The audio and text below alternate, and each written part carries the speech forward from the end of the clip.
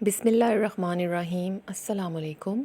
आज जो मैं आपके लिए रेसिपी लेकर आई हूँ वो है कलेजी। बहुत ही मज़े की बनती है क्योंकि हम इसे कोयले की स्टीम देंगे जिससे हर कोई खाना पसंद करेगा। कलेजी बनाने के लिए हमें जो इंग्रेडिएंट्स चाहिए हैं, 2 अदद प्याज लिए मैंने, उन्हें बारीक चॉप कर लिया है। 3 अदद टमाटर लिए हैं, वो भी चॉप कर लिए हैं। 250 ग्राम मैंने कलेजी ली है, उसे अच्छे से वॉश कर लिया है।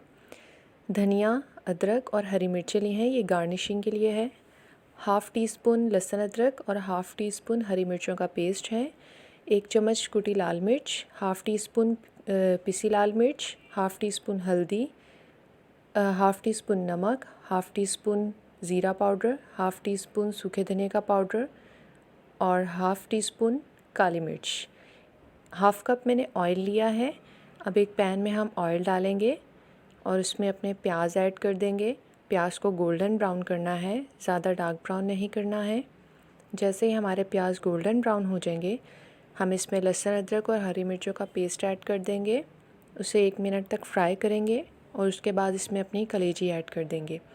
कलेजी को अच्छे से भून लेंगे ताकि इसका कलर जो है वो चेंज हो जाए।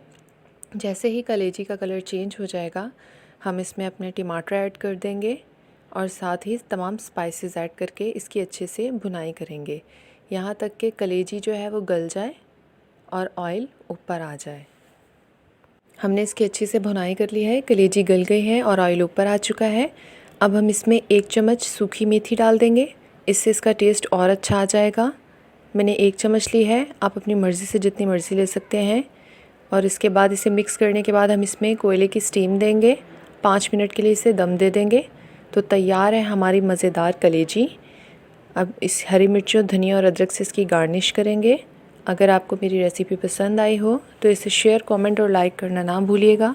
मेरे चैनल को सब्सक्राइब कर दीजिएगा। Thanks for watching. अल्लाह हाफ़िज़।